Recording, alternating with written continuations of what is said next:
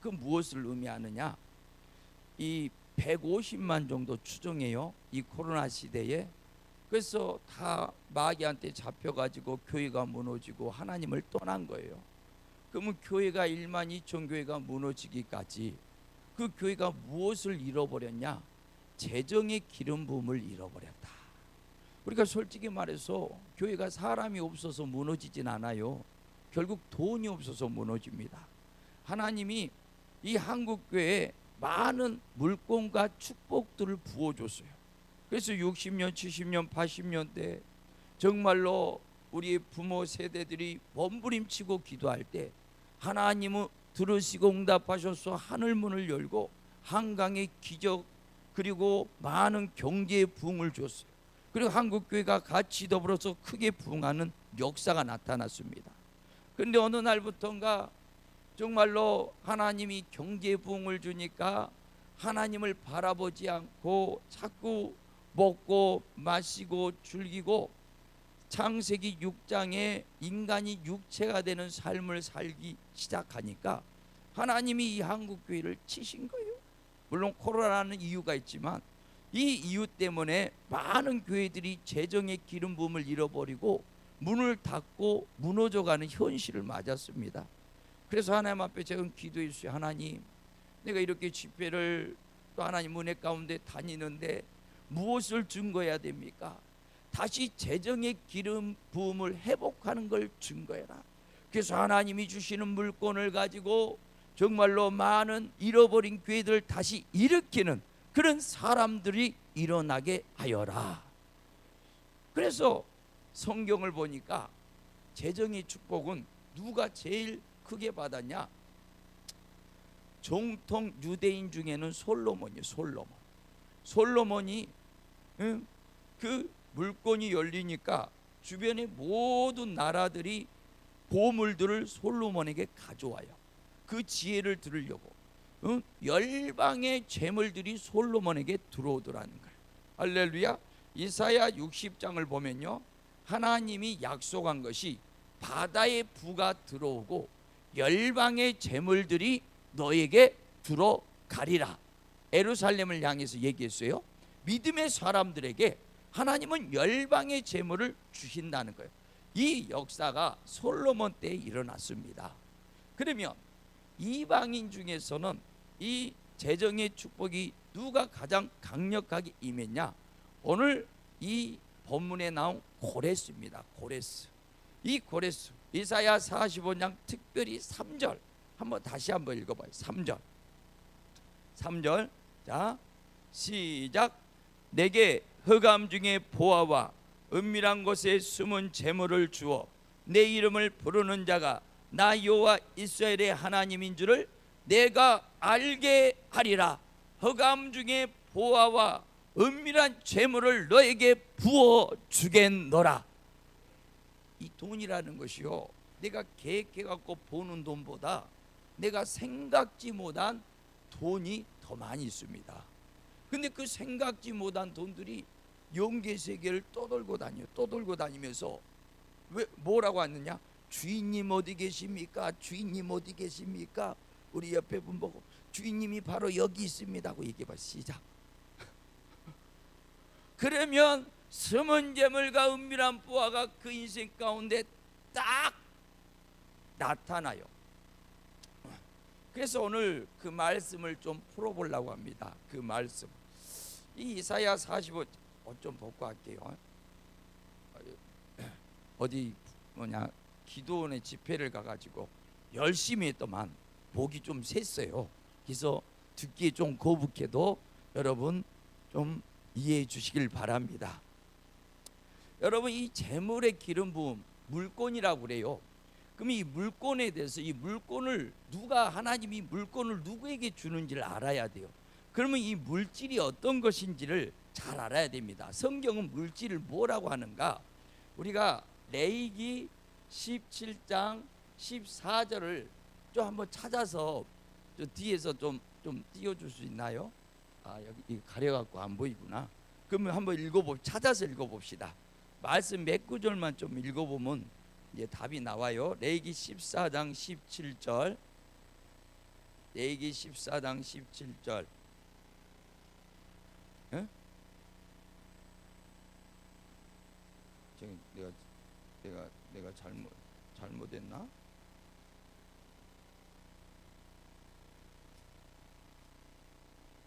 7장 14절이라고요? 14장 17절. 아유. 17장 14절. 17장 14절. 내가 지금 써놓고 헷갈렸네. 자, 한번 읽어봅시다. 다 찾았어요? 자, 한번 읽어봅니다. 시작. 모든 생물은 그 피가 생명과 일체라. 그러므로 내가 이스라엘 자손에게 이르기를 너희는 어떤 육체의 피든지 먹지 말라 하였나니 모든 육체의 생명은 그것이 피인즉 그 피를 먹는 모든 자는 끊어지리라. 자, 보세요. 레위기 17장 14절을 보면 피와 뭐가요? 생명이 하나라고 그랬어요. 생명. 그렇죠? 그러면 성경에서는 이 생명을 또 뭐라 하는가? 잠언서 4장 23절 한 3개만 찾아보면 돼요. 그러면 이제 말씀이 조금 풀립니다. 잠언서 4장 23절. 잠언서 4장 23절. 4장 23절. 다 찾았어요? 그러면 한번 읽어봅니다. 시작. 모든 지킬 만한 것 중에 더욱 내 마음을 지키라. 생명의 근원이 이에서 남이니라. 자, 보세요. 생명의 근원이 너 어디서 나온다고? 마음에서 나온대요. 마음. 그렇죠? 그러면 이 마음은 또 성경에서 뭐라는가? 하나만 더 찾아봐요. 마태복음 6장 21절. 마음은 뭐라는가? 자, 마태복음 6장 21절. 마태복음 6장 21절. 다 찾았어요? 자, 한번 읽어봅니다. 시작. 내 보물이 있는 그곳에는 내 마음도 있느니라. 자, 보세요. 이 보물을 말해요. 내 보물이 있는 그곳에 네 마음이 있고 네 생명이 있고 너의 피가 있다. 그럼 이 보물은 예수님이 이 마태복음 6장에 뭘 말하느냐? 재물을 얘기해요. 재물. 그러니까 성경은요, 이 재물을 쉽게 말해서 돈을, 물질을 너의 마음이다, 너의 생명이다, 너의 피라고 이야기합니다. 근데 우리가 레위기 17장 14절을 보면요, 피를 흘린 자는 반드시 죽일지니, 죽인다는 거예요. 죽인다. 그럼 피를 흘린다라는 의미가 어떤 의미냐? 이 재물을 흘린다라는 의미예요. 그러면 우리가 마태복음 6장 20절을 보면 이런 말이 나와요. 내 보물을 하늘에 쌓아두라. 하늘에는 종과 동록이 그걸 도둑질하지 못한다 했어요. 그러면 자, 보세요. 이 재물을 하늘에 쌓은 자는 도둑놈이 오지 않아. 그런데 어디다 쌓은 자? 땅에다 쌓은 자를 피를 흘린 자라고 이야기합니다. 이해되십니까? 그러니까 재물을 땅에다 쌓은 자는 피를 흘려 죽인다라는 것. 그럼 우리가 이 성경에는 이 죽인다라는 의미가 두 가지 의미가 있어요. 진짜로 육체를 죽이고 우리의 영혼이 육체와 분리돼서 죽는 그런 죽음이 있고, 두 번째 죽음이 있어요. 그 두 번째 죽음은 뭐냐? 아담에게 하나님이 나타나서 아담아, 너 에덴 동산에 있는 선악과를 따먹으면 반드시 죽을지니 했어요. 근데 솔직히 아담이가 그 선악과 따먹고 죽었습니까? 육체가? 아니에요. 그러면 그 선악과를 따먹고 어떻게 됐어요? 그 죽는다는 것은 너가 에덴을 다스리는 왕된 권세를 잃어버릴지니. 그래서 아담이가 선악과를 따먹고부터 하나님이 주시는 그 권세를 잃어버리고 아담 인생에 저주가 찾아왔는데 에덴에서 쫓겨나게 됩니다. 자, 보세요. 그러면 이 죽인다는 의미는 너에게 주어진 권세, 재물의 권세를 뺏어가 버린다는 의미요. 그러면 아이고 목사님, 우리가 이 물권, 재물의 권세를 받지도 못했는데 뺏길 일이 뭐가 있습니까? 그럴 수가 있어요. 뭔가 받아야지 뺏기잖아. 그러면 이 재물의 권세를 어떻게 해야지만 받는 것입니까? 언제 받는 것입니까? 그게 이제 신명기 8장 18절에 나와요. 신명기 8장 18절. 이거 하나만 또 찾아봅시다. 이제 다 찾았어요. 신명기 8장 18절. 여러분이 재물의 권세를 언제 받았는지 알아야 돼요. 자, 신명기 8장 18절. 자, 한번 읽어봅시다. 찾으신 분들, 그 앞에 이거 보이신 분들 읽어봐요. 시작. 내 하나님 여호와를 기억하라.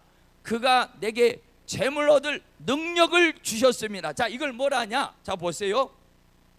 재물 얻을 뭐요? 능력. 이걸 성경은 한마디로 물권을 얘기해요. 너에게 물권을 주었나니.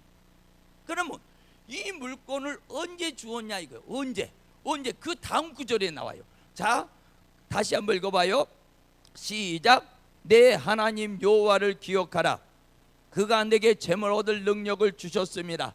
이같이 하심은 내 조상들에게 맹세하신 언약을 오늘과 같이 이루려 하심이라. 이게 뭔 소리냐? 내 조상 뭐요? 누구죠?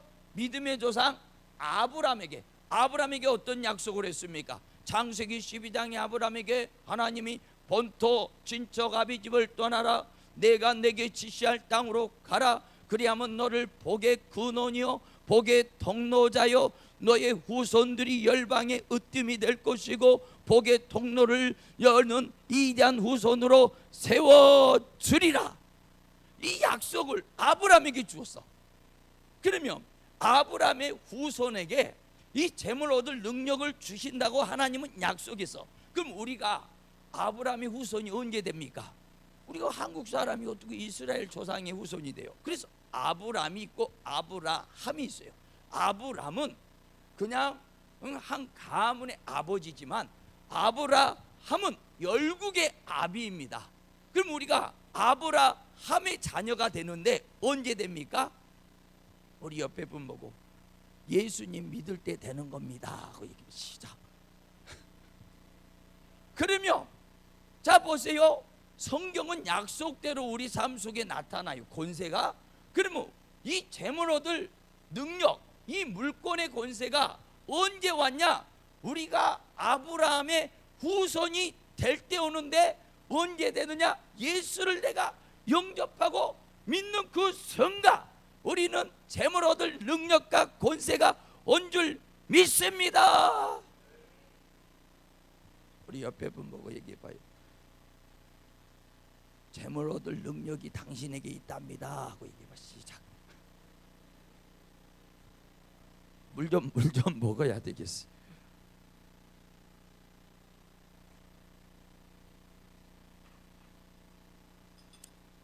목사님, 그런 소리 하지 마십시오. 물건이 있으면 내 통장이 왜 많이 났습니까? 내 주머니가 암만 손을 넣어봐도 잡히는 게 없습니다. 이게 무슨 물건이 있는 사람입니까? 현실이 그렇단 말이에요.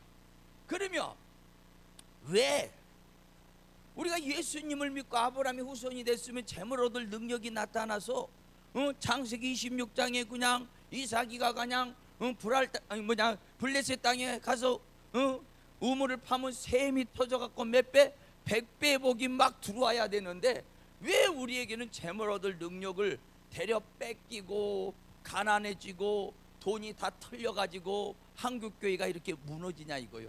이걸 알아야 돼요. 그러니까 여러분은 물건 주십시오 하면 안 돼. 물건을 회복시켜 주옵소서 해야 돼. 이미 약속을 따라 물건을 줬는데 물건을 잃어버린 거야. 하나님이 아담에게 생육하라, 번성하라, 충만하라, 정복하라, 다스리라고 에덴을 다스리는 권세를 줬는데 아담이 잃어버린 거예요. 그렇죠? 그래서 아담이 잃어버린 후에 에덴도 뺏기고 그 자녀 가인이 아벨도 죽이고 또 전쟁이 일어나고 홍수 시판이 일어나고 저주가 오는 거예요. 이처럼 우리가 잃어버렸어. 그러면 왜 잃어버렸는지를 알아야 돼요. 그래서 이제 이사야가 이 부분에 대해서 예언을 해요. 이사야 43장 22절부터 24절. 자 보세요. 아직 찾지 말고 여기를 보세요. 찾으라 할 때 찾으면 돼. 이게 어떤 내용이냐? 이사야가 미래를 예언합니다. 미래를. 이 예루살렘이요, 이 예루살렘이 이 바벨론에게 멸망을 당해요. 바벨론, 느부갓네살이죠. 느부갓네살 이 쳐들어왔고 멸망을 당해갖고 몇 년? 70년 노예 생활합니다. 노예. 이 가나안의 저주가 오는데 가나안의 영이 붙으면요 두 가지예요. 첫 번째는 일이 없는 가난이야. 일이 없어. 일을 할래도 일이 없어. 그러니까 돈이 안 들어와. 그러니까 가난할 수밖에 없어. 근데 두 번째 더 악한 가난이 있어. 이거는 새벽부터 자기 전까지 죽어라고 일을 해갖고 1,000만 원 벌었어. 그런데 계산을 해보니까 나간 것이 2천만 원이야. 일은 죽어라고 하는데 빚만 점점점 쌓여가. 이게 아주 가난의 권세입니다. 아주 악독한 가난이요. 근데 이 가난의 권세가 이 이스라엘 백성들에게 몇 년 동안? 70년 동안 온 거예요. 70년 동안. 노예라는 것은요 새벽부터 밤늦게까지 일하고 자기 거 없어요. 그리고 한 번 노예는 아주 대대로 노예예요. 이런 고통과 저주를 70년을 당했어. 하나님이 언제 너희 하나님의 백성들 너희는 뭐요 쪼그라들고 노예가 되고 가난하고 힘들게 살아라 한 적이 없어요. 하나님은 아브라함에게 약속했죠. 너는 이 예루살렘 땅, 이 본토 친척 아비 집을 떠나서 내가 지시할 이 땅으로 가라. 그러면 여기서 복의 근원이 되고 복의 통로자가 되고 열방의 복의 으뜸이 되고 열방의 족속의 최고가 되는 위대한 민족을 이루리라. 이 축복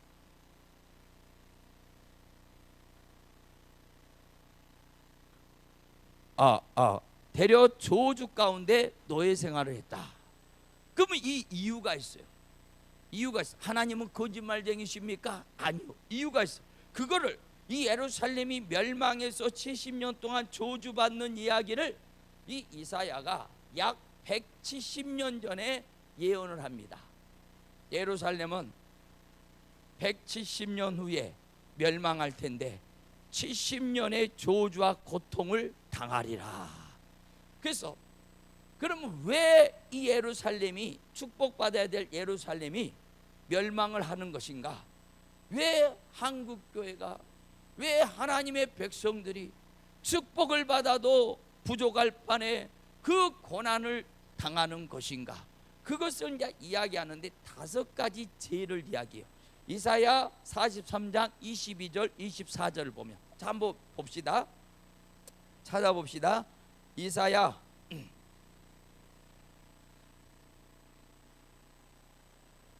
43장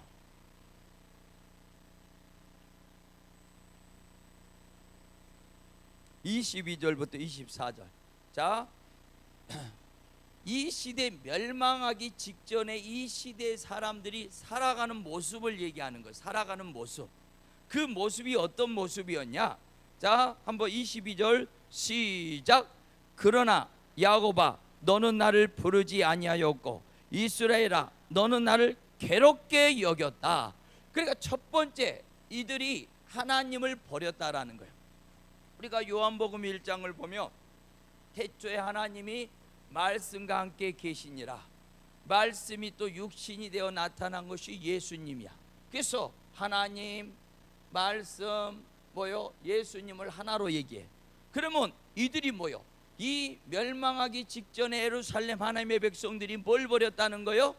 말씀을 버렸다라는 거예요. 말씀을. 우리가 말씀을 버린 시대가 있어. 사사기 시대죠. 사사기 18장 19장 21장에 그들이 왕이 없으므로 자기 소견에 오른 대로 살았다. 자기 고집대로 자기 생각대로 자기 마음대로 살았다. 말씀을 버린 시대야. 머리로 사는 시대라고. 머리. 자기 계산을 따라. 우리 손을 들어봐요. 손 들어서 머리를 이렇게 만져봐요. 머리 쫙 이렇게 다 만져봐요. 머리야 그만 돌아라 하고 얘기해봐요.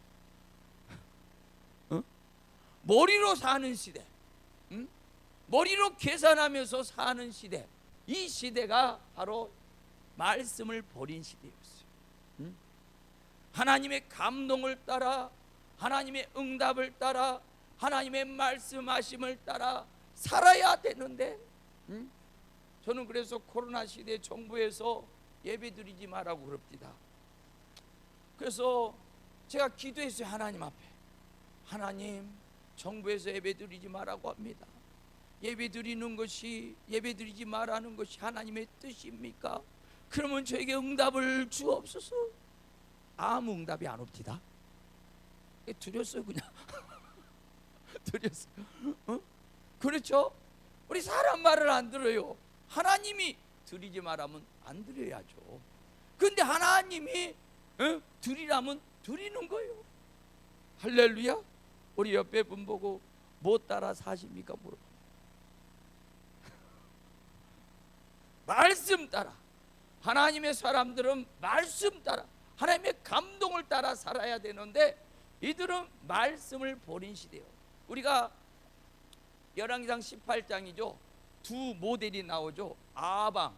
아방은 엘리야 선지자를 만날 때마다 뭐래요? 너는 나를 괴롭히고 이스라엘을 괴롭히는 사람이다. 너를 볼 때마다 내가 괴롭다는 거예요. 왜요? 아합은요, 자기 욕심대로, 자기 멋대로, 마음대로 살고 싶어. 근데 엘리야가 아합을 볼 때마다 회개해라, 네 고집대로 욕심대로 살면 너로 인하여 하늘이 닫히고 이 민족이 멸망할 것이다. 듣기 싫은 거예요. 듣기 싫은 거예요. 그러니까 저놈이 나만 볼 때마다 나를 괴롭게 하는구나, 그러는 거예요. 그 동시대에 오바다는 뭐랍니까? 엘리야를 딱 보고, 내 주여, 내가 당신의 종입니다, 나를 이끌어 주옵소서. 사람 보고 그런 거 아니에요. 엘리야는 말씀의 종입니다. 그 안에 하나님의 말씀이 있기 때문에 그 말씀을 주인으로 섬기고 그 말씀을 따라 살겠다고 고백하는 거예요. 두 가지 역사가 나타나요. 말씀이 떨어질 때 그 말씀을 듣기를 싫어하는 사람과, 그 말씀이 내 주여 나를 인도해 주옵소서 하는 사람과. 우리 옆에 분 보고 어떻게 듣기 싫습니까? 좋습니까? 물어봐시죠. 그런데 이 시대는 말씀을 버린 시대였다. 말씀 듣기를 싫어해. 왜? 자기들 멋대로 마음대로, 자기들 계산대로 살고 싶으니까. 두 번째 죄를 이 이사야가 경고하죠. 자, 23절.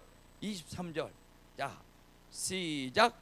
내 번제의 양을 내게로 가져오지 아니야. 자, 보세요. 번제 양을 드리지 않았다. 이 번제의 양은 뭐예요? 이 번제는 내기를 보면 나를 죽인다는 의미입니다. 내가 우린 죄성이 있기 때문에요, 이 죄성이 오늘 은혜 받고 죽었어. 그럼 내일도 죽습니까? 이거 자고 일어나니까 이 죄성도 같이 부활해요. 그러니까 바울도 내가 십자가에 못 박혀 날마다 죽노라. 근데 어느 날은 못 죽였어. 이 죄성을, 이 죄성이 못 죽어갖고 나를 사로잡아 버렸어.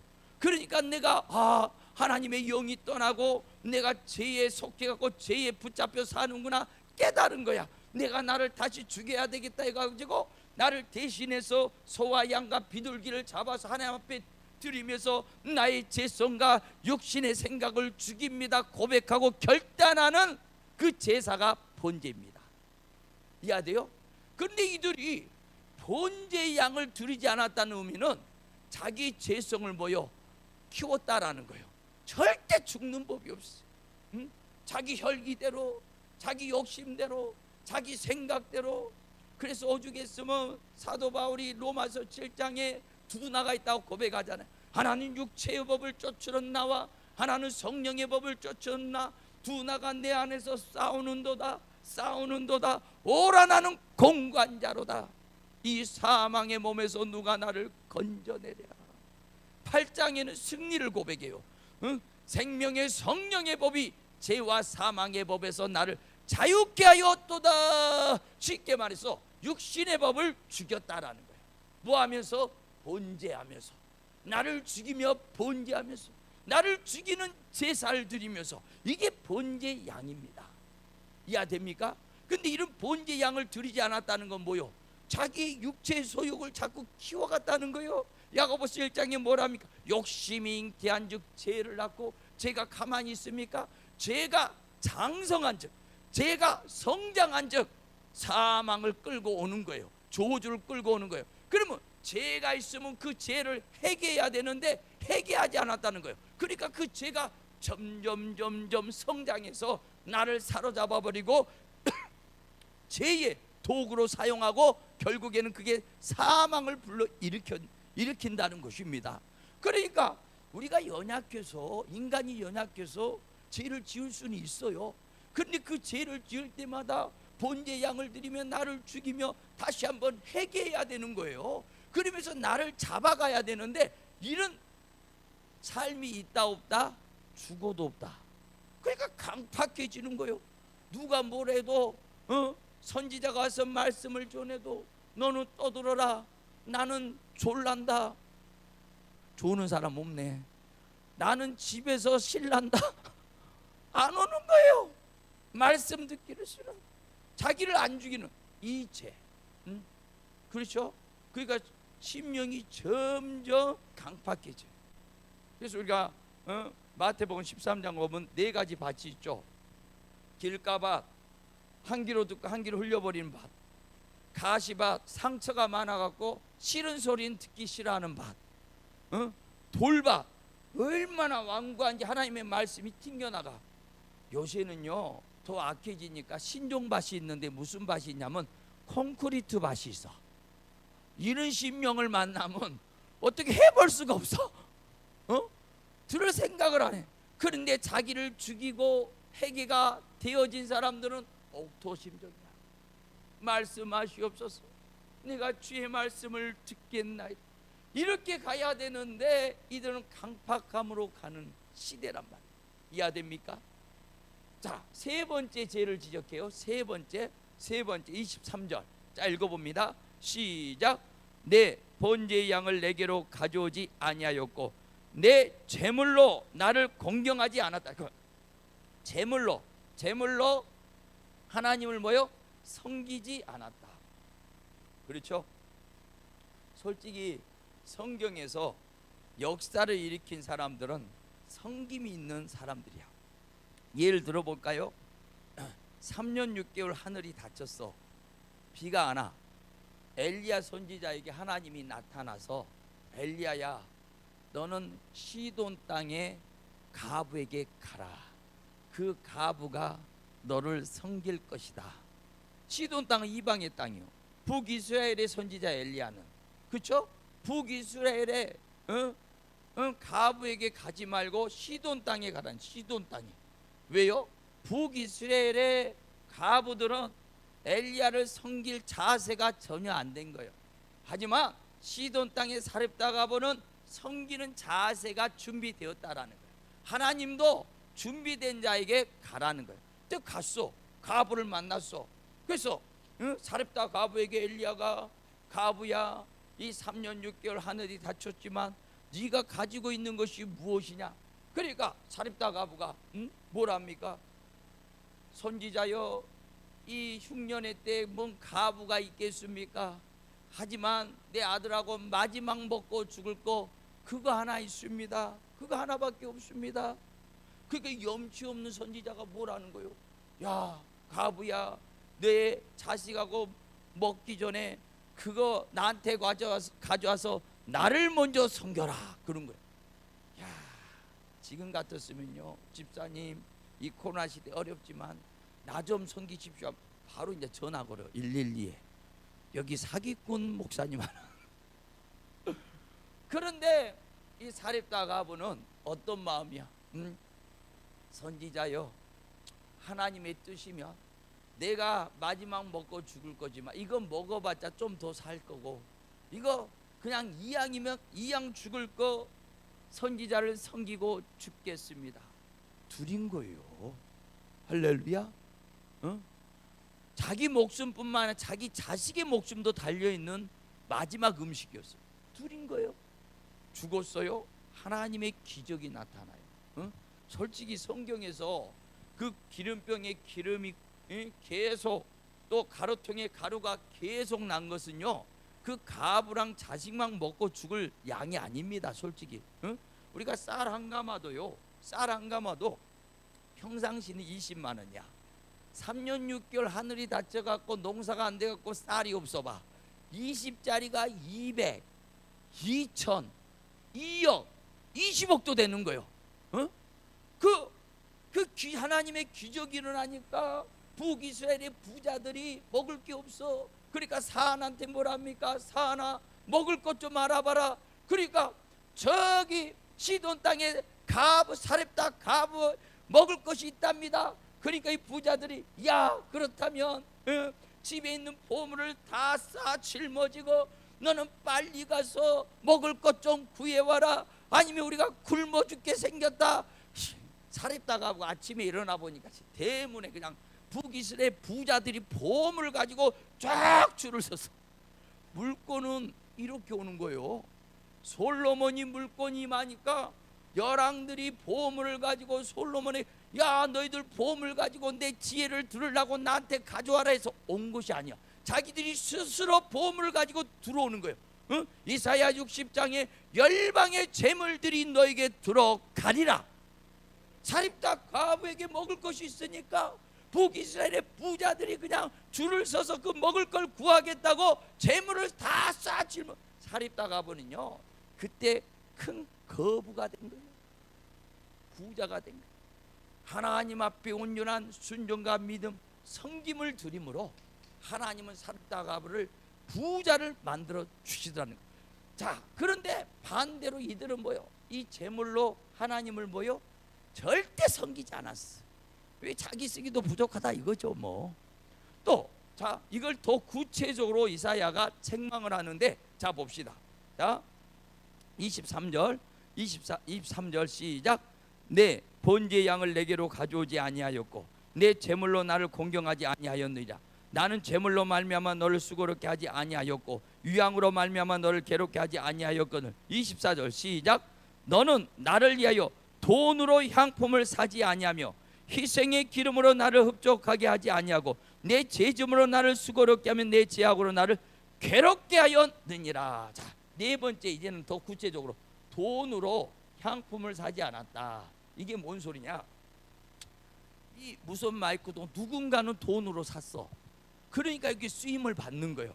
그렇죠? 이게 하나님 앞에 드려진 향입니다. 예를 들어서 이것이 술집에 가서 술 먹고 노래 부르는데 쓰인다고 봐봐. 그 냄새가 나는 거예요, 그거는. 근데 성전에서 하나님의 도구로 쓰임 받잖아. 그런데 이들이 성전은 내팽개치고 자기 배만 채우는 시대였단 말이야. 그러니까 학개서에서 뭐랍니까? 성전은 항폐하였거늘 너희는 완벽한 집에 거하는 것이 거하더냐? 하나님의 교회들이 무너지거든 너희들은 편하게 사는 것이 가하느냐? 너희가 회개하지 않는다면 먹어도 배부르지 못하고 입어도 따뜻하지 못하고 너희들이 벌어도 전대 구멍이 뚫어져서 다 새나가는 재앙과 저주를 만날 것이다. 하지만 회개하고 돌아서서 산에 올라가 나무를 베어다가 수고하여 성전을 재건한다면 우리 하나님은 이제부터 너희에게 학개서 2장에 복을 주리라. 이거요. 뭘 먼저 하느냐? 네 집부터 꾸미느냐? 하나님의 나라를 세우느냐? 이들은요 절대 하나님의 나라 세우지 않아. 돈으로 향품을 사지 않았다. 다섯 번째, 희생의 기름을 뿌리지 않았다. 성전에 와서 희생을 하려고 안 해. 이 성전은요 섬기러 오는 거요, 주님을. 그런데 어떤 사람들은 초신자는 뭐 그럴 수 있어.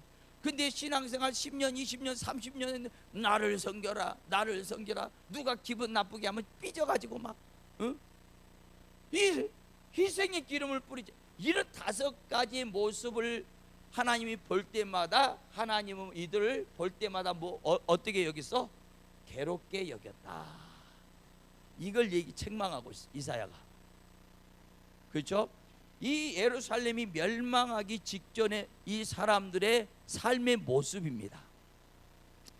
그래서 하나님은 이렇게 하나님을 괴롭게 하고 자기를 멋대로 살아가는 사람들을 무조건 멸망시키느냐? 아니요. 기회를 줘요. 뭐 할게? 회개할 게. 그래서 이 예루살렘이 멸망되기 전에 마지막 회개할 기회를 주기 위해서 선지자를 보냈는데 누구냐면 예레미야입니다. 예레미야. 눈물의 선지자죠.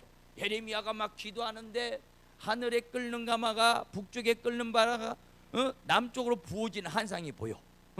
그러니까 이걸 해석해 보니까 북쪽의 바벨론 예루살렘을 멸망하는 환상이야. 그래서 예레미야가 하나님 앞에 안 됩니다. 이 백성이 그래도 하나님의 축복의 도성인데 이 도성을 멸망시키면 안 됩니다. 안 됩니다. 하나님이 예레미야야, 나도 내 백성을 멸망시키고 싶겠느냐? 이 백성들이 얼마나 교만하고 패역하고 죄를 짓고 회개하지 않더냐? 예레미야야, 너가 예루살렘 동서남북을 다니면서 회개의 복음을 선포해라. 만약에 한 명이라도 회개하고 돌아오는 자가 있다면 내가 이 백성을 멸망시키지 않으리라. 요나가 니느에 가서 3일 동안 회개를 선포할 때 왕부터 짐승에 이르기까지 금식하고 회개했어요. 그 멸망이 몇 년 뒤로 밀려가요? 100년. 3대가 살았어요. 그 한 번 회개로 인하여. 그래서 그 기회를 준 거예요. 회개할 기회를. 그런데 예레미야가 눈물을 흘리면서 하나님의 백성들이여, 우리가 하나님 앞에 회개하고 다시 하나님을 잘 섬깁시다. 충성되이 섬깁시다. 그렇지 않으면 이 나라가 멸망을 당합니다. 그래야 됩니다. 그 외치고 잡아다 감옥에 가둬버리고 우물에 던져버리고 실패한 거요. 누가 하나 회개하지 않아? 듣질 않아. 예레미야가 하나님 앞에 설 때 하나님이 예레미야, 이게 예레미야야, 이 백성은 마음이 강팍하고 교만한 백성이다. 이 강팍함과 교만함이 깨지려면 환난의 때를 거쳐야 된다. 이 백성은 이 환난을 거친 후에 다시 옥토심령이 되어서 회복되어질 것이다. 그리고 나서 그 환난이 일어나는데 이 바벨론의 느부갓네살을 대적을 들어가지고 쳐들어오게 해가지고 3분의 1이 죽고 3분의 1이 도망가고 3분의 1이 포로로 끌려가, 노예로 끌려가고 몇 년 동안 70년 동안 죽어라고 고생하는 그런 시대를 맞게 됩니다. 우리 옆에 부모 70년 동안 죽어라고 고생했답니다 하고 얘기해 보시죠. 뭐하지 않으니까? 그러죠. 뭐하지 않으니까요? 회개하지 않으니까. 우리가 연약해서 죄를 지을 수 있어요. 죄 안 짓고 완벽하게 사는 사람 없습니다. 죄 때문에 망하는 게 아니라 회개하지 않아서 망하는 거예요. 할렐루야. 응? 설교가 좀 길어지는데 계속해도 되나 모르. 몇 시까지? 70년 동안 이들이 고통을 당했어요. 그러니까 사람이요 70년 고통 당해봐요, 교만기 다 사라져요. 솔직히 막 내가 잘났대도 막 가끔 보면 잘났다 한 사람도 있잖아요. 나요 하는 사람. 연기의 비밀을 알려줄게요. 옆에 보면 살짝 얘기해요. 덜 맞아서 그런 겁니다. 맞아봐. 이리 맞고 저리 맞고 돌려 맞고 계속 쳐맞아봐. 교만기 싹 사라져. 전부여 의지 없어서 뭐 들고 와? 손 들고 옵니다. 그러니까 교회는 맞은 자와 안 맞은 자의 차이야. 응? 그렇죠? 근데 어떤 사람은 또 맞기를 뒤지게 맞았는데도 막 교만한 사람이 있어. 응? 아이고 까짓거 인생 뭐 이래도 안 되고 저래도 안 돼, 내 멋대로 살랍니다. 이걸 구제불능이라고 해. 근데 대개는 안 그래요. 밑바닥까지 몰리면요 하나님 앞에 천부의 의지 없어 손 들고 온다고 나오게 돼 있어요. 이들도 이렇게 고생 죽어라고 하다가 이 교만이 다 깨진 거예요. 이 죄성이 다 깨진 거예요. 이 죄성들이 다 깨지고, 그러니까 이들이 이제는 뭐요? 회개하기 시작해. 예? 그래서 대표적으로 이들을 이끌면서 회개한 사람이 누구냐? 다니엘이야. 다니엘 9장, 이게 회개장이요. 이 죄를 안고 다니엘이 회개하는 거예요. 솔직히 뭐 다니엘은요, 이 멸망할 때 시드기야 아버지 세대의 자식 세대입니다. 다니엘이 뭔 이런 죄를 지었어? 그 아버지 세대에 이렇게 죄를 짓고 살았지. 근데 그 아버지 세대 하나님의 징계를 받아서 그 아들 세대는 더불어 징계를 받은 거야. 그 다니엘은 억울하죠, 어떻게 보면. 그런데도 이 민족, 우리 앞전 세대가 잘못했던 모든 죄를 다 끌어안고 다니엘이 회개하기를 시작해. 하나님 용서하여 주옵소서. 우리의 잘못을 회개하오니 회복시켜 달라고 기도하는데, 다니엘서 9장 봅시다. 뭐라고 기도하는가?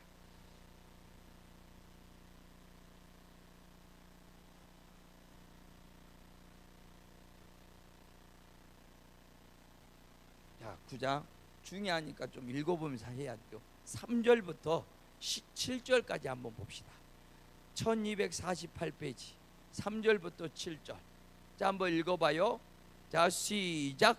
내가 금식하며 베옷을 입고 죄를 덮어 쓰고 주 하나님께 기도하며 간구하기를 결심하고, 금식하며 베옷을 입고 죄를 덮어 쓰고 나를 괴롭게 하면서, 그 다음에 4절 시작.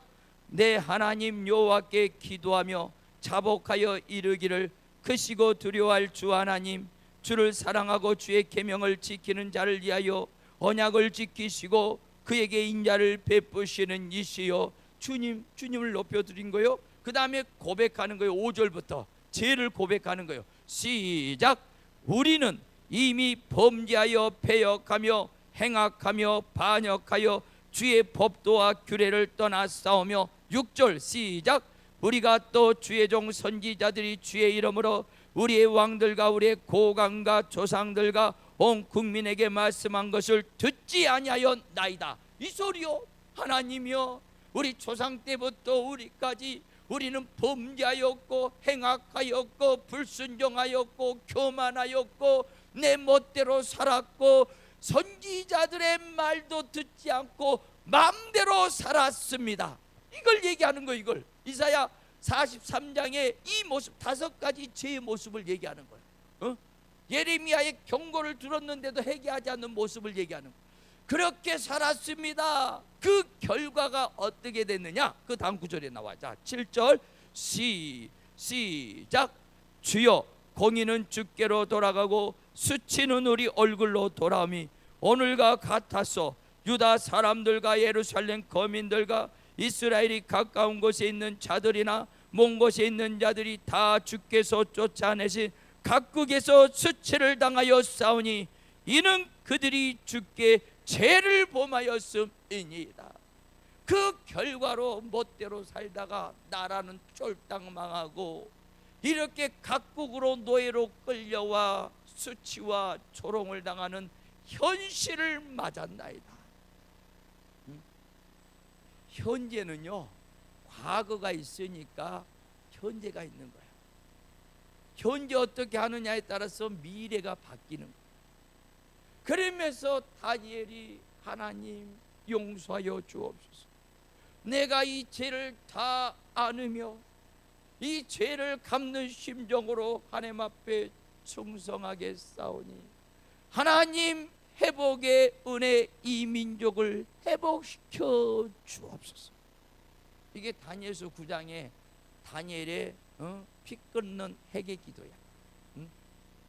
영안이 열려서 왜 이런 고통을 이 민족이 당하는 줄을 제대로 보는 거야. 누구 때문이 아니요, 바벨론 토종놈들 때문에 우리가 이렇게 고통당하는구나. 그게 아니요, 우리 자신들의 잘못하여서 하나님이 대적을 들어서 이 3대 70년이면 할아버지, 아버지, 아들 때까지 노예 생활을 경험하는 거예요. 이 저주를 당하는 거예요. 그렇게 해결을 하면서 몸부림치니까 뭐요? 10장에 다니엘 10장에 하나님이 응답하시고 다니엘의 영안을 열어주시죠. 그 응답을 주시죠. 뭐라고 합니까? 다니엘아, 때가 참에 너희의 눈물과 해결을 받았다. 때가 참에 내가 이 민족에게 만남의 복을 주리니 그 사람이 이 민족을 구원하는 구원의 사람으로 세워질 것이다. 그래갖고 이 다니엘의 눈물과 이 해결을 하나님이 받으시고 이 바벨 무너뜨리십니다. 그리고 뭐가 일어나? 메대, 바사, 페르시아가 일어나요. 근데 누가 일어나? 고레스가 나. 고레스 왕, 내 종이다. 응? 이 고레스를 하나님이 들었어요. 고레스가 황제가 된 거예요. 자, 근데 솔직히 말해서요, 그러니까 좀 창피해. 왜 그러냐? 하나님이 아니 교회 안에도 누군가는 선택해서 들어 써가지고 민족을 구원해야 될 거 아니에요. 이 한국 교회를 구원해야 될 거 아니에요. 근데 찾았는데 교회 안에는 하나님이 들었을 만한 인간이 없는 거야. 그럼 하나님 포기해요? 아니요. 하나님은 찾으신 하나님. 교회 안에 없으니까 어디로 가? 이방인으로 간 거야. 이방인으로 가니까 누가 있어? 고레스를 만나는 순간, 야, 내가 다윗을 만난 즉 내 마음에 합하듯이 내가 이 고레스를 만난 즉 내가 이 고레스를 들어쓰기에 합당한 그릇이구나. 그리고 고레스를 들어 쓰더라는 거예요. 그러면 하나님이 사람을 쓰는 기준이 있어. 기준. 그 기준이 어디에 나오느냐? 이사야 44장 28절에 나와. 세 가지 기준. 여기에 딱 맞은 거예요, 고레스가. 자, 한번 읽어봅시다. 이사야 44장 28절. 하나님은 지금도 이런 사람을 찾아요. 이런 사람을 통해서 이 한국교회를 일으킵니다. 하나님의 나라를 일으키는 거예요. 회복시키는 거예요. 크게 들었습니다. 자, 한번 읽어봅시다. 이사야 44장 28절. 고레스가 어떤 사람이었는가? 자, 시작. 고레스에 대하여는 이르기를 내 목자라. 자, 첫 번째, 고레스는 목자 신앙이야. 목자 신앙. 우리가요, 신앙이 나홀로 신앙이 있고 목자 신앙이 있어. 목자 신앙. 우리가 자 보세요. 욥기서를 보면, 욥기서 1장을 보면요, 욥이 내 집 신앙이었어. 자기 자식들만을 위해서 제사를 드리고 번제를 드리면서 복달라 하는 그런 신앙이, 내 집 신앙이었어. 어떤 결과가 나옵니까? 욥기서 1장부터 재앙이 찾아오는데 물질, 또 뭐요? 자녀, 병, 또 친구들, 또 가정 깨져. 세상에 정말 혹독한 고난이란 고난은 욥을 다 받게 하는 거예요. 그럼 욥이 죄를 지어서 그런 겁니까? 아니요. 우리가 고난도 두 가지요. 죄 지어서 받는 고난이 있고 그 그릇을 키우기 위해서 주는 고난이 있어. 욥은 그릇을 키우기 위한 고난이야. 그러면 욥이 언제 회복하냐? 욥기서 42장에 회복합니다. 그러면 42장에 욥은 어떤 모습으로 바뀌느냐?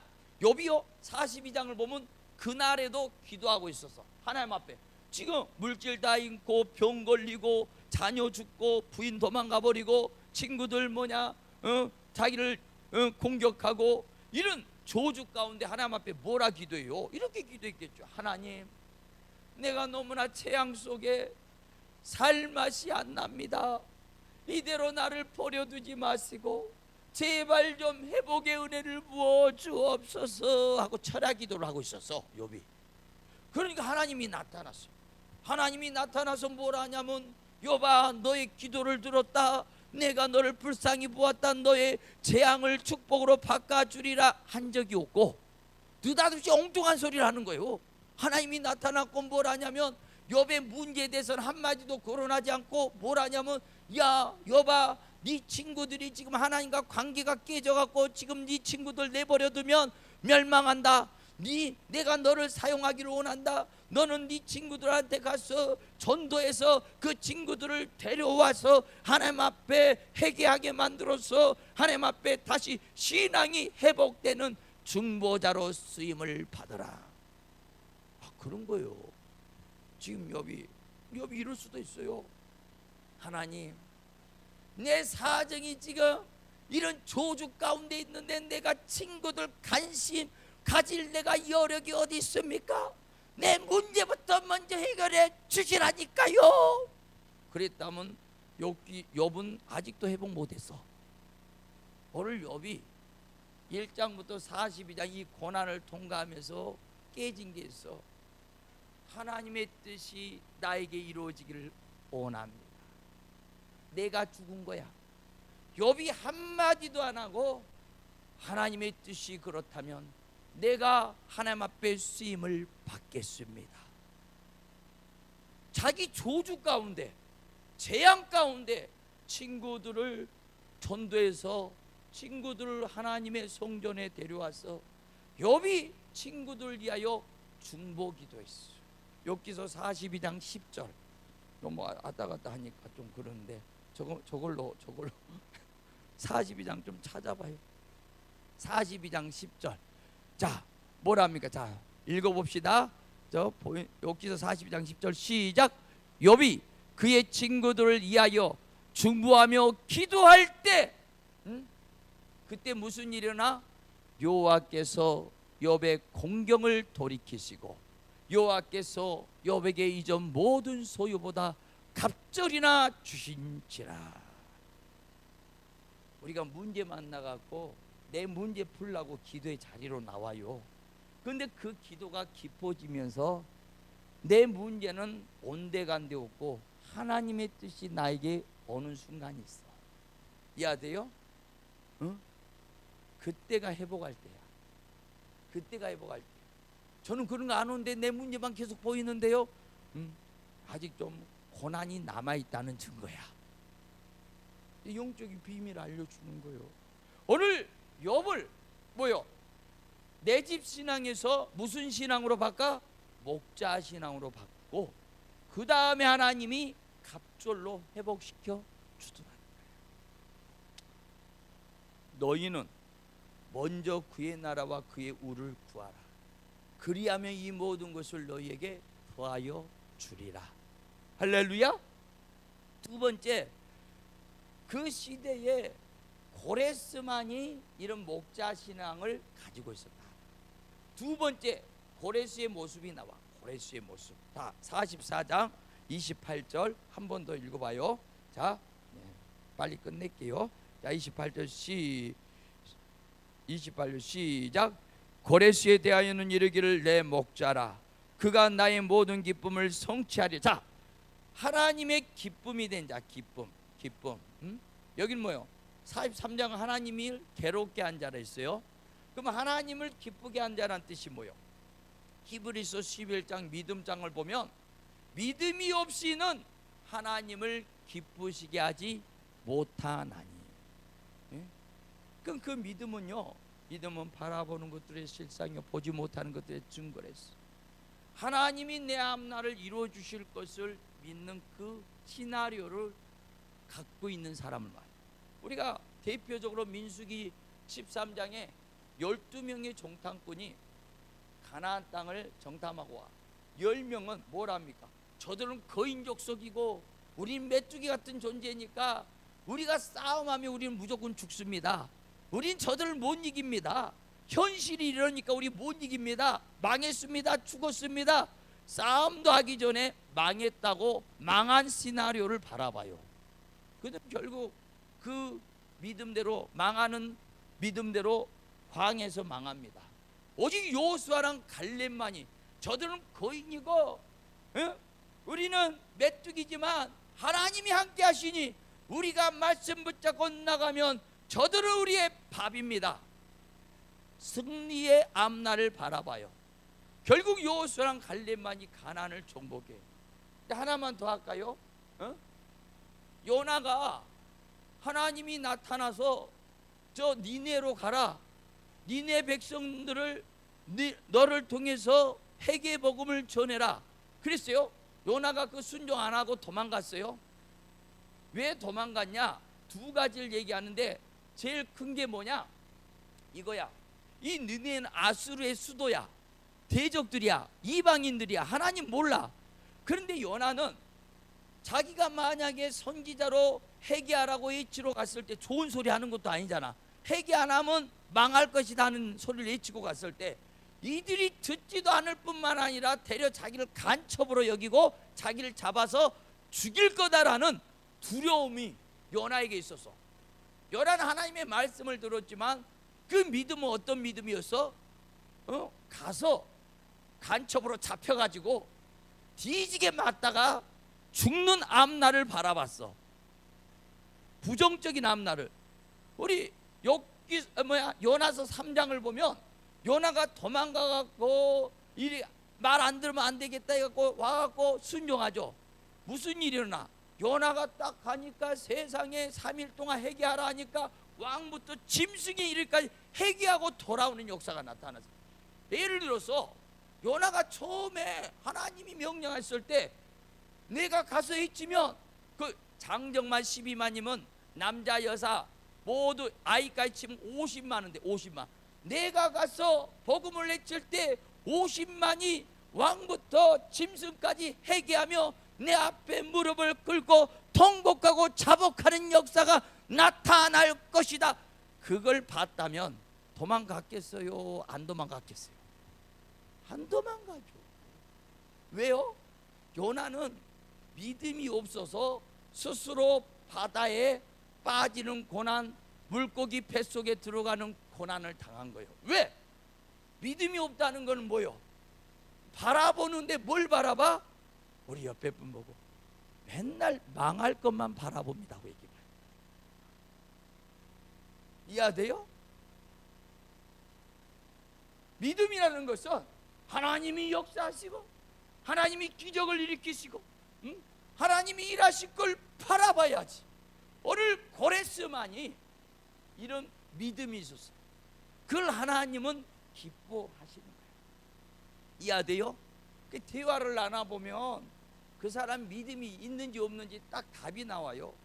말만 하면 부정적인 얘기하고 안 된다는 얘기하고 주둥아리를 돌려. 그건 주둥아리야. 그런데 믿음 있는 사람은 하나님이 역사하신 앞날을 보여준단 말이요. 할렐루야. 한번 볼까요? 이건 내 말이 아니라 이사야 45장 2절. 나는 이 말씀을 너무나 좋아해요. 이사야 45장 2절.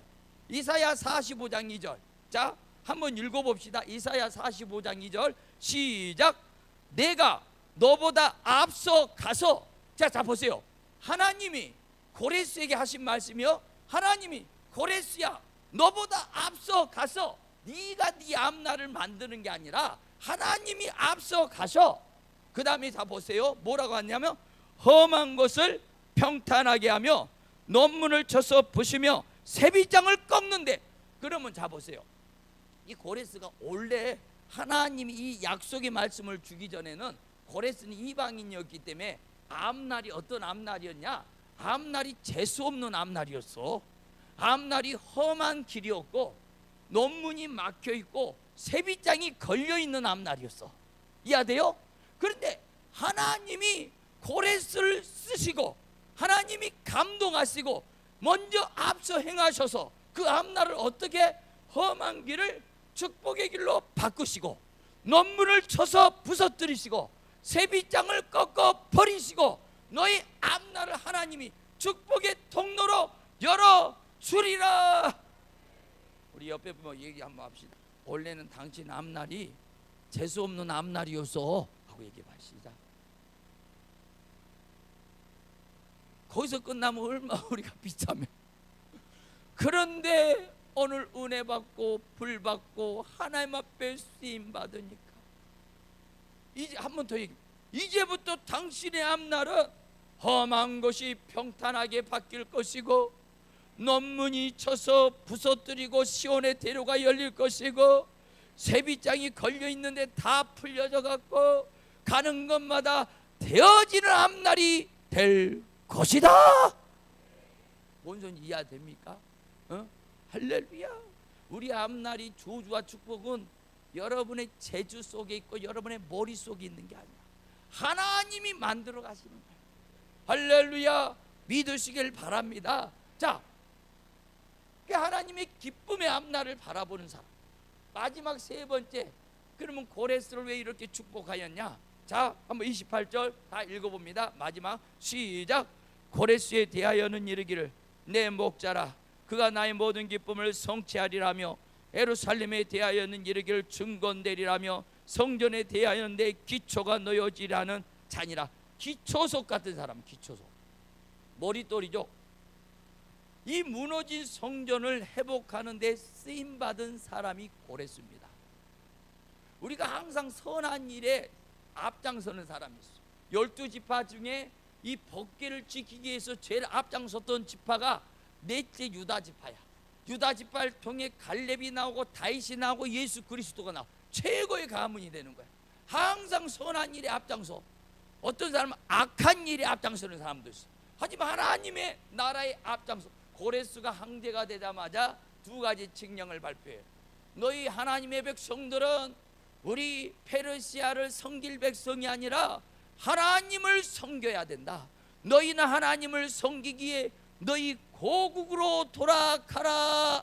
첫 번째 칙령이야. 그러니까 하나님의 것을 인정하고 하나님 앞에 드리는 믿음이야. 할렐루야. 우리가 이방의 왕 중에 하나님 것을 끝까지 잡고 있다가 망한 왕이 있어. 애굽에 뭐요? 바로야. 바로는 모세가 이들 하나님의 백성이니까 예배드리러 데려가야 됩니다. 그러니까 바로가 야 미친 소리 하지 말아라. 이들이 우리 밥도 하고 농사도 짓고 빨래도 하고 이들 때문에 우리가 편한데 니 나가서 예배드려라. 그러니까 하나님이 10가지 재앙으로 아주 막 초전박살 내버려. 할 수 없이 이제 가라, 제발 가라 보내놓고 또 아까워서 그걸 찾겠다고 쫓아가고 홍해에서 다 한 제 박살나. 우리 옆에 분 보고 하나님 것도 내가 챙기면 홍해에 빠집니다고 얘기하시죠. 잘 알아야 돼요. 세상은 욕심대로 사는 게 아니야. 진리대로 사는 거야. 하나님의 것을 건드리면 안 돼.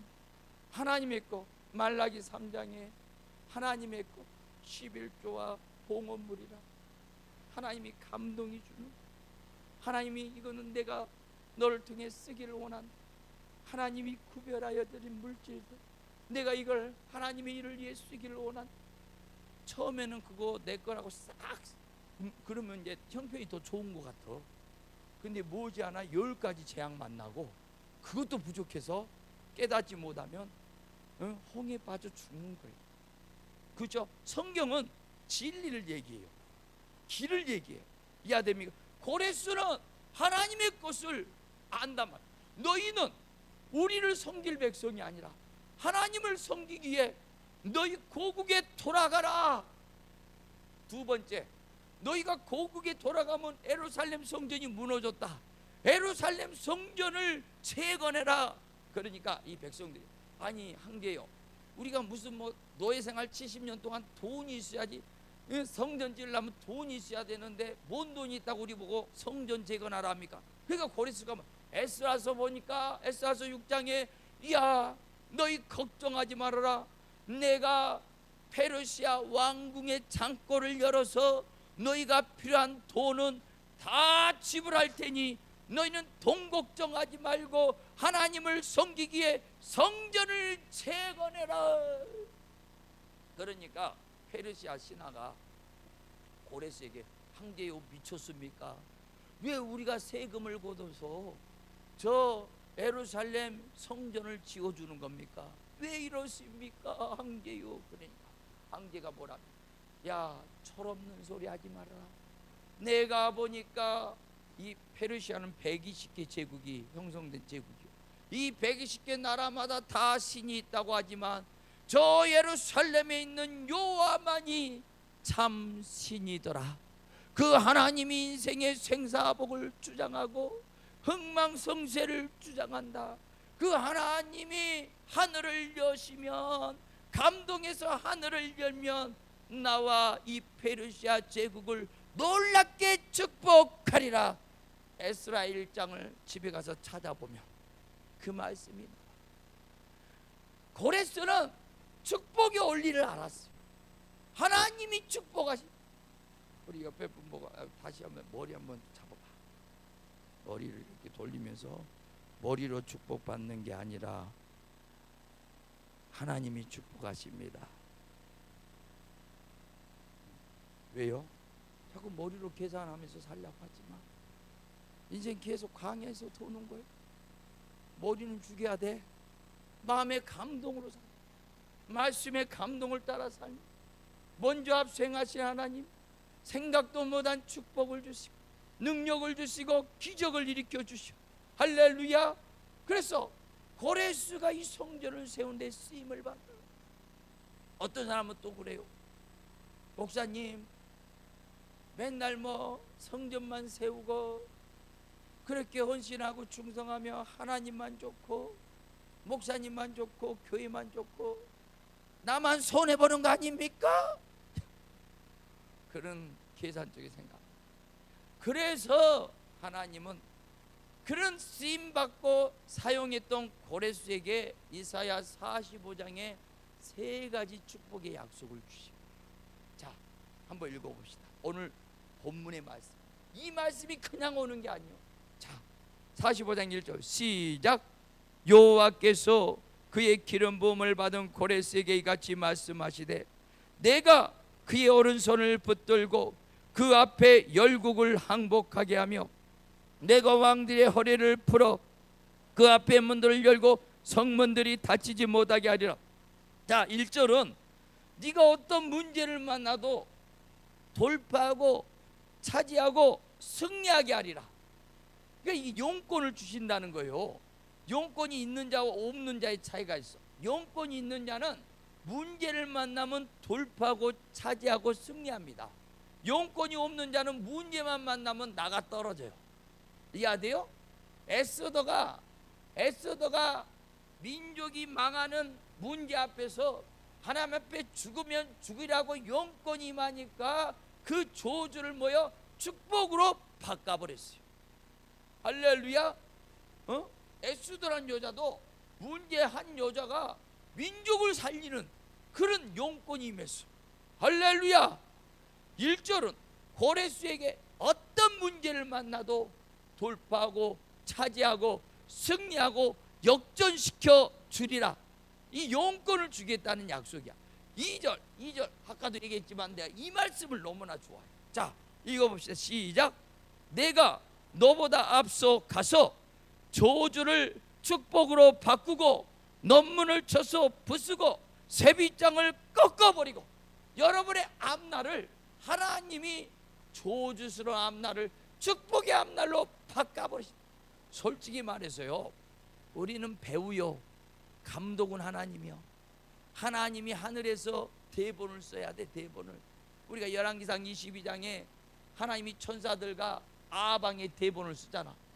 북이스라엘 아방이 너무 패역하니까 천사들아, 저 아방이 너무 패역하고 회개하지 않고 저렇게 교만한데 가만 놔두면 안 되겠다. 천사가 와서 하나님, 내가 거짓 영으로 들어가서 아합을 속여서 전쟁을 일으키게 해서 전쟁 가운데 죽게 하겠습니다. 너는 그대로 시행해라. 그러니까 천사가 거짓 선지자에게 들어가. 거짓 선지자에게 아방이 와가지고 왕이여, 저 길란 나못을 쳐들어가십시오. 어저께 신이 하나님이 저 무조건 승리한다고 했습니다. 믿고 가십시오. 거기 있는 모든 보물을 다 뺏을 수 있습니다. 그래도 욕심 많은 아합이 이 말이 사실이냐? 그러면 내가 전쟁을 일으키란다. 길란 나못을 차지하러 갈란다. 그래갖고 전쟁 가갖고 거기서 화살 맞아 아합 죽습니다. 이미 하늘에서 천사와 하나님이 결정한 일이 땅에서 이루어지는 거예요. 저주도 그렇지만 축복도 그렇습니다.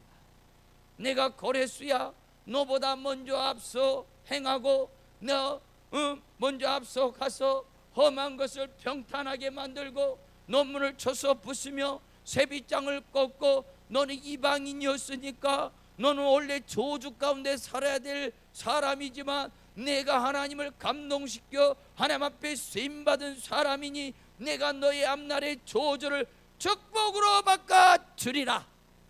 할렐루야. 하나님이 쓰시는 거예요. 여러분이 여러분의 힘으로 되는 게 아니요, 하나님이 열어야 되는 거예요. 세 번째 약속의 말씀이 최고로 여러분이 좋아하는 말씀이야. 자, 한번 읽어봅시다. 3절. 자, 3절 시작. 내게 흑암 중에 보화와 은밀한 곳에 숨은 재물을 주어 내 이름을 부르는 자가 나 여호와 이스라엘의 하나님인 줄 내가 알게 하리라. 흑암 중에 보화와 숨은 재물을 주어서, 생각도 못한 물질을 주어서, 고레스야, 하나님이 선택한 자를 쓰시고 얼마나 축복하였는가 만방의 족속들에게 보여주리라. 돈이요, 숨은 재물과 그 흑암 중에 부하가 더 많아요. 믿습니까? 하나만 간증하고 끝낼게요. 많은 간증이 있는데 흑암 중에 부하를 얻은, 저 청주에서 이제 집회할 때 이야기예요. 집사 한 분이 그 집회에 왔어. 근데 이 집사가 청주를 왜 왔냐? 깡패 같은 남편을 만났어요. 이 깡패 같은 남편이 성질나면 두드러 패고, 기분 나쁘다고 두드러 패고, 트집 잡아 두드러 패고. 그러니까 이 집사님은 내가 여기서 이놈하고 살다가는 맞아 죽게 생겼다. 그러니까 한 번은 작심을 하고 건드려 갖고 더 한하게 해서 더 맞았어. 눈탱이가 밤탱이가 된 거를 사진을 다 찍어 가지고 증거로 남겨서 남편하고 합의를 보. 너 이거 나 고소할 테니까 너 이거 고소하면 너는 바로 감옥이다. 너 감옥 갈래? 이혼 도장 찍어줄래? 그래갖고 반강제로 이혼 도장을 찍은 거야. 아들이 하나 있어. 아들은 내가 데려가겠다. 그 조건으로. 그때는 무조건 저놈하고 헤어지면 되겠다 싶은 마음으로 이혼 도장 찍었고 막상 나와서 아무것도 필요 없다, 너랑 헤어지면 된다 나왔는데 이제 자기가 비상금 300이야. 돈도 안 줬어 남편이. 300 가지고 나온 거예요. 막상 자기 친정 어머니 있는 청주, 그 세종에서 청주로 온 거예요. 살 길이 막막해. 그러니까 하나님 앞에 어떻게 좀 몸부림이나 쳐보겠다고 그때 기도원에 온 거야. 그 은혜를 받읍니다. 내가 이사야 45장에 설교를 했어. 먼저 앞서가신 하나님이 보이지 않고 잡히지 않고 들리지 않지만 하나님은 역사하시고 축복하시고 저주를 축복으로 바꾸신 하나님을 믿으시길 바랍니다. 그 하나님이 너희 인생 가운데 숨은 재물, 지금 아무것도 없지만 숨은 재물과 은밀한 부활을 반드시 발견하게 할 걸 믿으시길. 저기서 아멘 아멘 아멘 아멘 아멘. 여러분처럼 거기만 갔다 하는 것이 아니고 얼마나 간절하게 아멘 아멘 아멘. 우리 옆에 분 보고 표현 좀 해보셔. 충청도 사람이요? 집에 가서 그 목사님 진짜 웃겼어. 그하고 막 그렇게 막 표현을 하면서 그렇게 막 상담 좀 하재. 그래갖고 자기 사정을 얘기하지. 제가 그랬어요. 집사님, 이 말씀이 그렇게 믿어집니까? 그러면 이 말씀을 품으십시오. 품고 믿음으로 기도하십시오. 그리고 감동이 되면 믿음의 씨앗도 좀 심으십시오. 그랬어요, 솔직히. 그러니까 그 집사님이 진짜 그 없는 가운데 믿음의 씨앗이라고 자기 300에서 뛰어갖고 좀 크게 드립시다. 말리고 싶더라고. 말리고 싶더라고.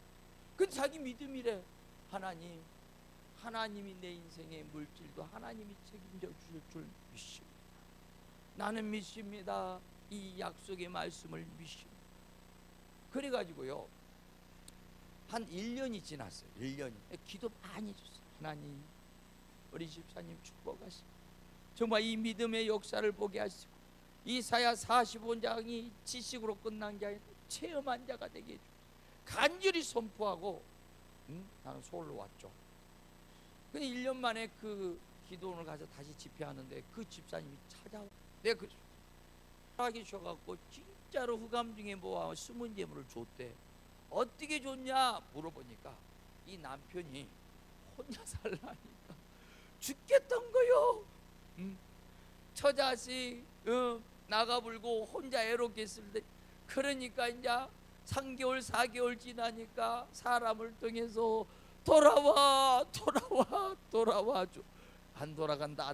이 자기가 직접 막 찾아오는 거예요.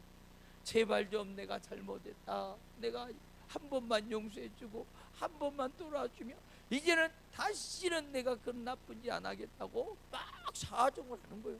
그러니까 이 집사님, 야 내가 니를 어떻게 믿냐, 내가 니한테 맞은 세월이 얼만데 나 못 믿는다 그러면서 거절해도 계속 찾아오. 그러면 네가 그렇게 간절히 원하면 나에게 증거를 보여도 내 이 결단의 증거를 어떻게 보여주면 좋겠냐. 야 너 그 집 있잖냐, 이번에 분양받았다며, 부동산을 했거든 남편이. 분양받았다며, 좋은 거 받았다며, 내 앞으로 돌려라. 진짜 돌려줬대. 돌려줬대. 그게 그 세종시에서 60평짜리인데 그게 얼마짜리냐면 20억짜리 아파트. 그래갖고 이 20억짜리 아파트를 받아. 그때 솔직히 300까지 갖고 자기가 믿음이라고 200을 했어요. 200을. 나 말리고 싶더라고. 전 재산이 300인데 뭐 먹고 사냐고. 왜 믿음이라고 그렇게. 세상에 근데 한 20억짜리 아파트를 받게 했어. 그래갖고 와가지고 막 목사님, 우리 하나님이 살아계십니다. 우리 하나님이 역사하셨습니다. 우리 하나님은 기적의 하나님입니다. 그러면서 구주간에 집회하는데 자기가 사례도 한다고 맛있는 거 막 사주고 막 양복도 해 입으라고 막 그럽디다. 양복은 내가 미안해서 안 입었어. 내가 걱정이 돼서 물어봤어. 야 집사님 다시 합쳐서 또 때리면 어떻게 하려고 그러냐고. 목사님 걱정 말아요. 이제는 내가 나가는 게 아니고 그놈 쫓아내면 돼요. 주도권이 누구한테 있어? 자기한테 있는 거. 근데 또 때리지도 않고 이제 말 잘 듣더래. 할렐루야. 솔직히요, 하나님이 하신 거예요. 솔직히 일반적인 남편도 뭐 내 앞으로 말하면 쉽게 하나요? 물론 하시는 분도 있지만 그렇게 막 이혼까지 해가지고 하나님이 하시. 생각도 못한 숨은 재물과 은밀한 보화를 주시. 믿으시길 바랍니다. 믿으라고 내가 간증하는 거예요. 우리는 보이지 않고 잡히지 않고 들리지 않지만 하나님이 생각도 못한 숨은 재물과 은밀한 보화, 물건을 주셔서 여러분을 멋있게 쓰시는 그 하나님의 역사가 2022년도에 나타나시기를 주의 이름으로 부탁드리고 축원합니다.